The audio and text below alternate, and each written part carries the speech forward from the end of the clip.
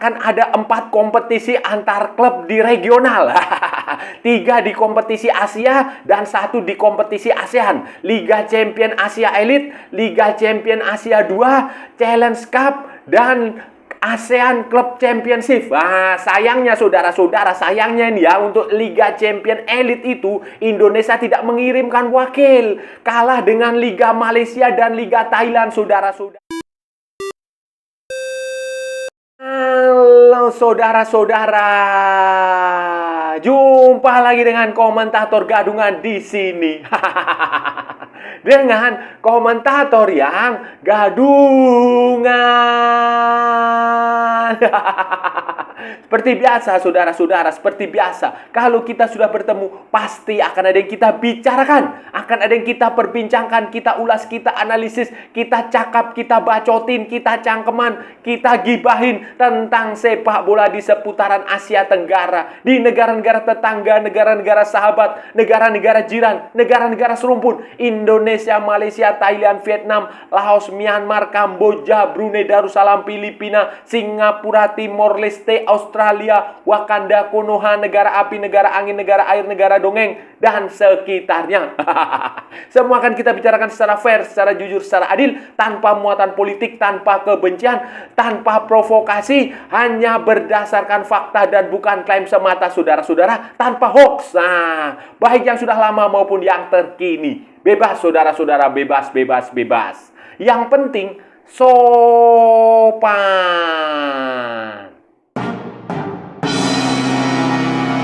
Begini saudara-saudara, jadi begini, mulai bulan depan, bulan Agustus ini akan kompetisi di seluruh Asia ini akan kembali bergulir. Kompetisi antar klub Asia, saudara-saudara, Asia maupun Asia Tenggara. Dan untuk pertama kalinya dalam sejarah, saudara-saudara, itu akan ada 4 kompetisi antar klub di level Asia maupun di level ASEAN yang bergulir bersama-sama. Ada Liga Champion Asia 1 atau yang disebut sebagai Liga Champion Asia Elite. Itu Asia Tenggara itu, saudara-saudara, diikuti oleh dua tim di fase grup dan 1 tim playoff. Sayangnya itu tidak ada klub Indonesia di situ. Untuk Liga Champion Asia Elite ini, saudara-saudara, Asia Tenggara, ASEAN itu diwakili oleh Buriram United dari Thailand, itu langsung ke fase grup, dan Johor Darul Taksim itu juga langsung ke fase grup. Sementara satu lagi tim adalah Bangkok United. Bangkok United itu akan menjalani playoff terlebih dahulu, saudara-saudara, melawan Shandong Taishan dari Cina. Kalau dia bisa lolos, ya udah otomatis Asia Tenggara akan punya 3 wakil. Sementara satu lagi dari Central Coast Mariner, itu dari Australia, saudara-saudara. Central Coast Mariner dari Australia. Nah, ini nanti akan ada 12 tim dari barat, wilayah barat, 12 tim dari timur, 12 tim dari barat. Tim-tim dari barat itu ya seperti timnya Cristiano Ronaldo itu ya, Al Nassr. Al Nassr. Kemudian ada lagi Al Ahli, Al Hilal, pokoknya klub-klub Neymar ada di situlah, Al Hilal apa itu ya. Kemudian di timur itu ya seperti klub-klub besar seperti Vissel Kobe, Kawasaki Frontale, Ulsan, Pohang, kemudian Shanghai Shenhua, Shanghai Port. Kemudian ya itu, tidak banyak klub yang ikut. Champion Asia 2 itu, saudara-saudara, Indonesia mengirimkan Persib Bandung. Persib Bandung itu nanti kalau nggak salah itu langsung tampil di fase grup. Dulu ini Liga Champion Asia 2 itu namanya Piala AFC. Sekarang di rebranding menjadi Liga Champion Asia 2. Persib Bandung di sini akan tampil bersama dengan beberapa klub dari Asia Tenggara itu juga mendapat kesempatan. Tetapi yang di Asia Tenggara itu ada 2 tim. Singapura itu mengirimkan 2 tim, Lion City Sailor dan Tampines Rover. Kemudian Filipina itu mengirimkan Cebu dan Kaya Iloilo. Sementara Vietnam itu mengirimkan Dong A Tan Hoa dan Tep San Nam Dip. Namdim. Sementara Malaysia itu mengirimkan Selangor, Thailand itu mengirimkan Port FC, saudara-saudara. Itu nanti akan lawan-lawannya juga ada dari Jepang, seperti Sanfrecce Hiroshima, kemudian Jeonbuk Hyundai Motors dari Korea. Nah, sementara di barat itu ada tim seperti Al Tawun dari Arab Saudi, kemudian Al Wakrah, kemudian ada Traktor dari Iran, ada Sarjah dari Uni Emirat Arab, Nasaf dari Uzbekistan, kemudian banyaklah Al Hussein dari Jordania. Itu saudara-saudara. Itu kemudian ada lagi yang playoff, misalnya seperti East Bengal, kemudian Al Ahli, Al Kuwait, kemudian Al Tin Asir dari Turkmenistan, kalau nggak salah Turkmenistan atau Kirgiz. Itu saudara. Jadi itu yang dijalani oleh tim-tim dari Asia Tenggara. Ini sama nanti, sama seperti Liga Champion Asia Elite, Liga Champion Asia 2 itu juga menggunakan grup-grup dan akan dimulai mulai bulan Oktober, bulan depan itu bulan apa? Agustus, saudara-saudara. Bulan Agustus, saudara-saudara, itu akan ada 32 tim yang masing-masing wilayah itu berisi 16 tim dibagi menjadi grup lah. Satu grup berisi 4 tim, kemudian nanti bertanding. Nah, itu yang Liga Champion Asia 2, saudara-saudara.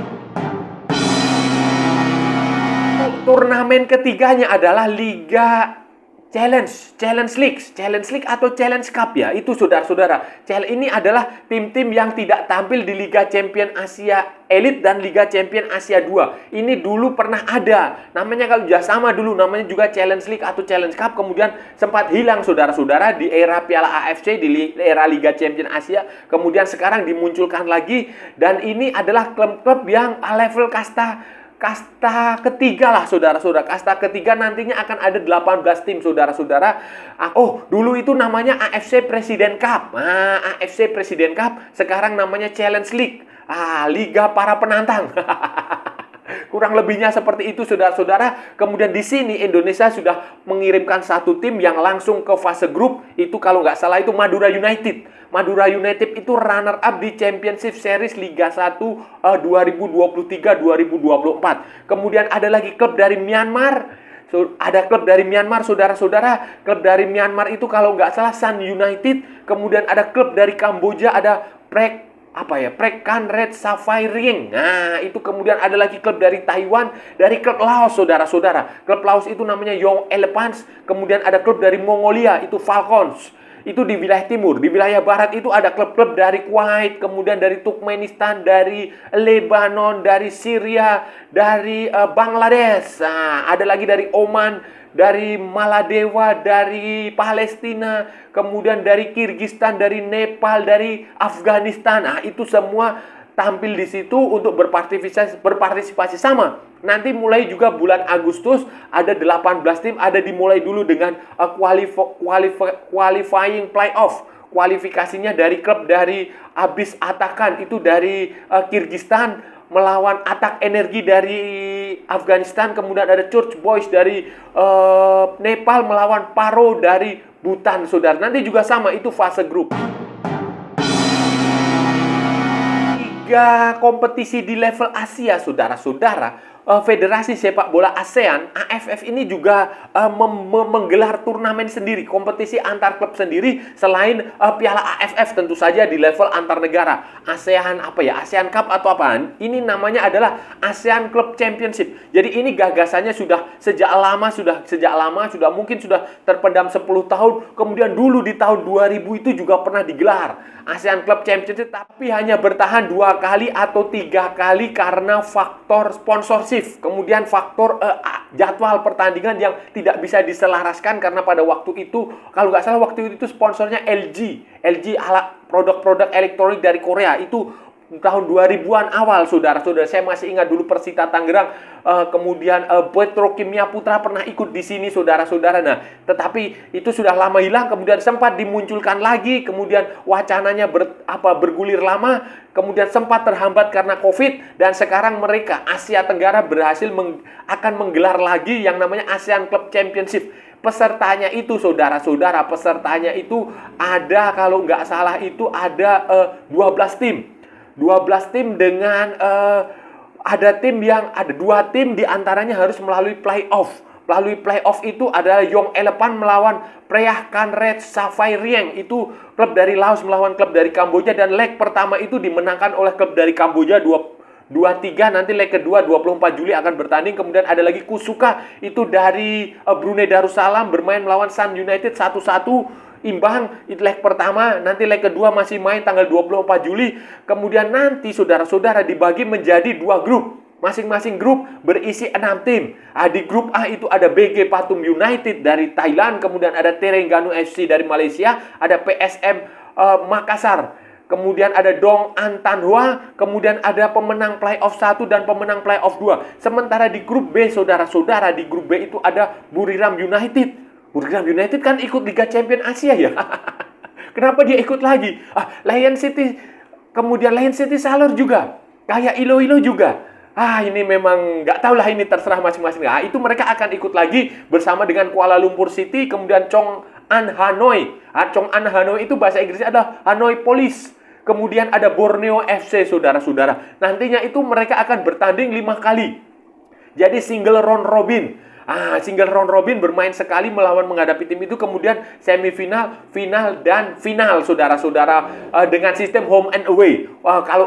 Kalau semifinal dan finalnya nanti sistem home and away, tetapi kalau fase grupnya itu single round robin kalau nggak salah, saudara. Kalau nggak salah.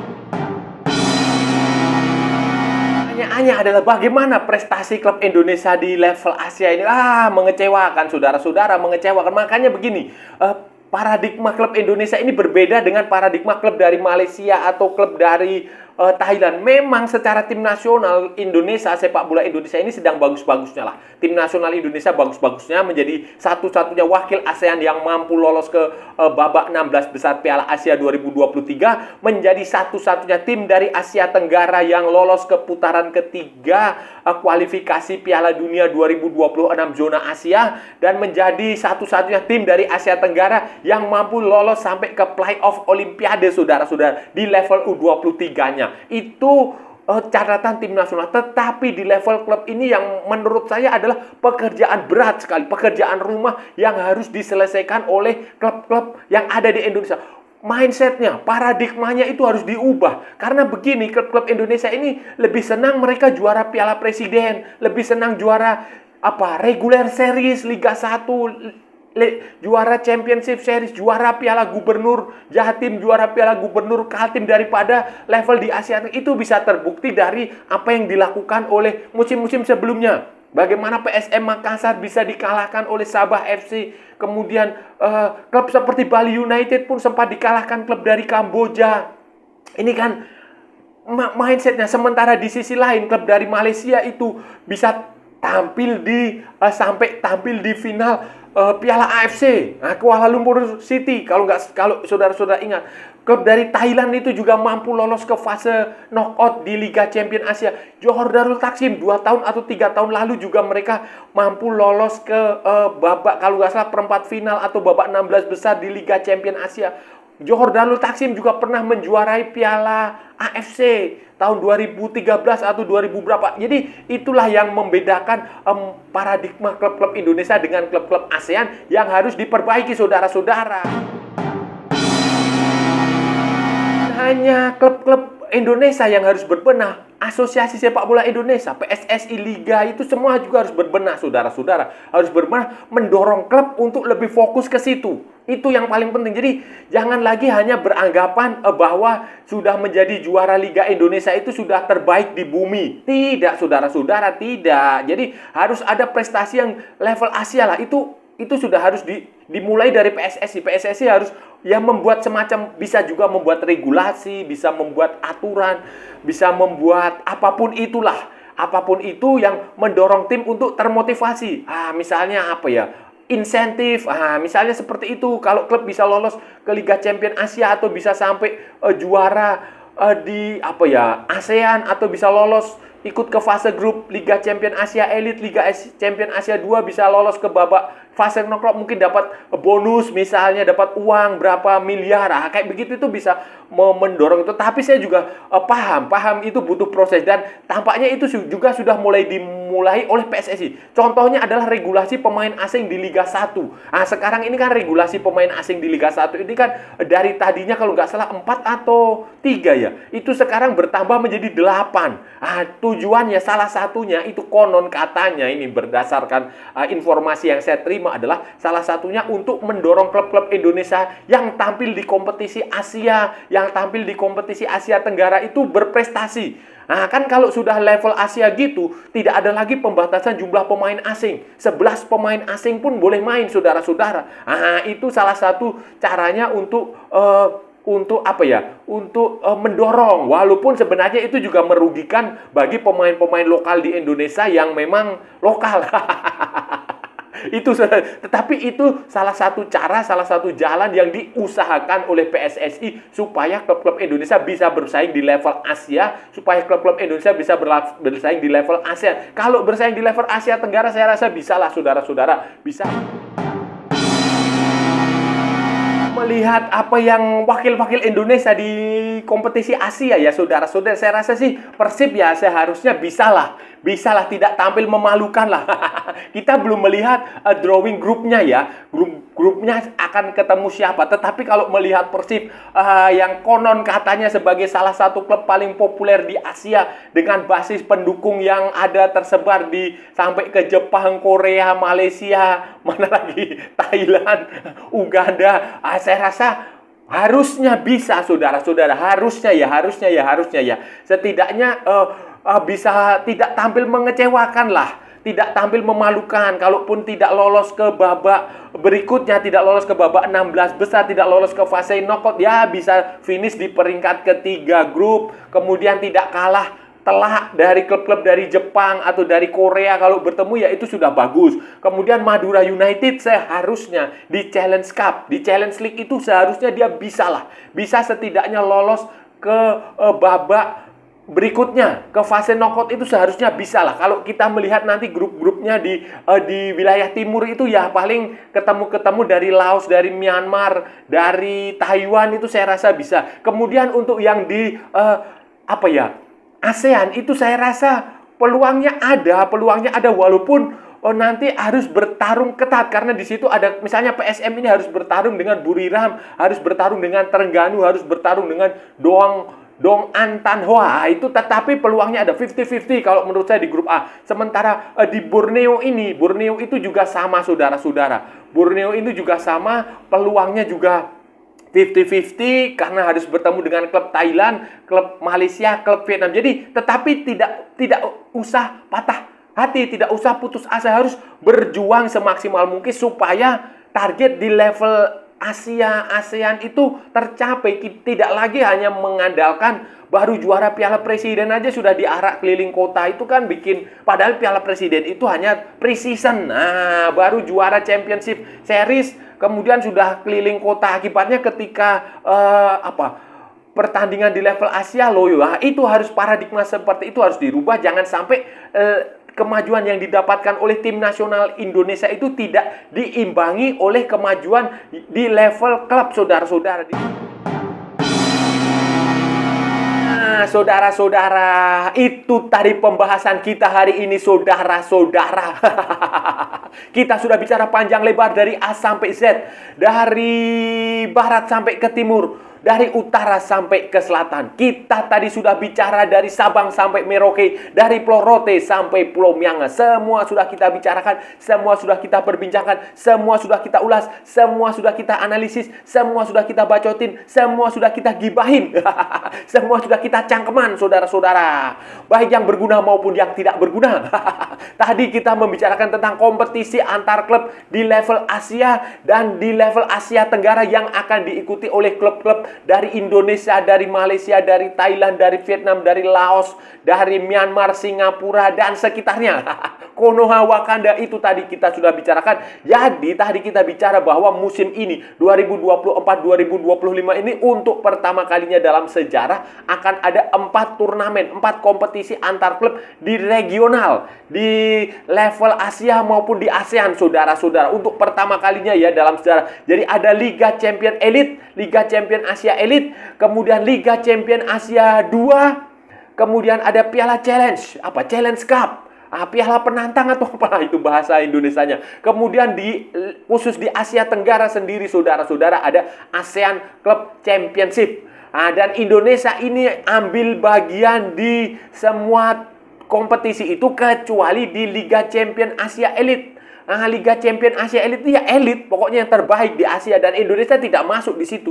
Asia Tenggara, saudara-saudara, di Asia Tenggara yang masuk ke Liga Champion Asia Elite ini hanya Malaysia, juara Liga Malaysia Johor Darul Taksim, dan klub dari Thailand Buriram United, saudara-saudara. Sementara dari Australia itu juga hanya ada satu, Central Coast Mariner. Nah, sementara lawan-lawannya itu ya klubnya Cristiano Ronaldo.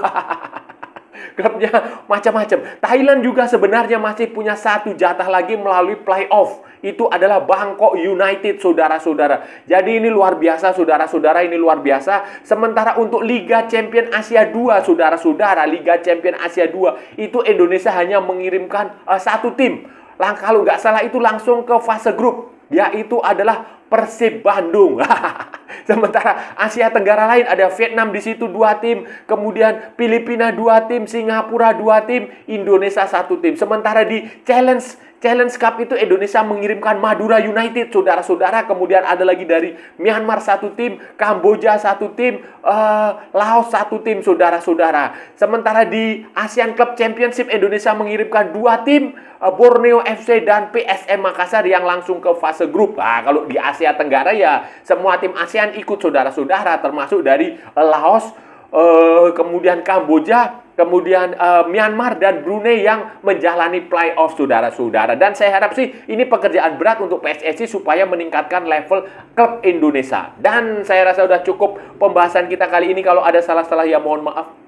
Namanya juga gadungan, saudara-saudara. Wajar kalau gadungan itu salah. Tetapi kalau benar berarti sebuah kebenaran. Kalau saudara-saudara merasa channel ini bermanfaat, berguna, menghibur, menginspirasi, silakan like, share, and subscribe. Tapi kalau tidak, abaikan saja, skip. Jangan ditonton, tetapi jangan juga di-report. Kalau saudara-saudara merasa channel ini bermanfaat, tadi sudah.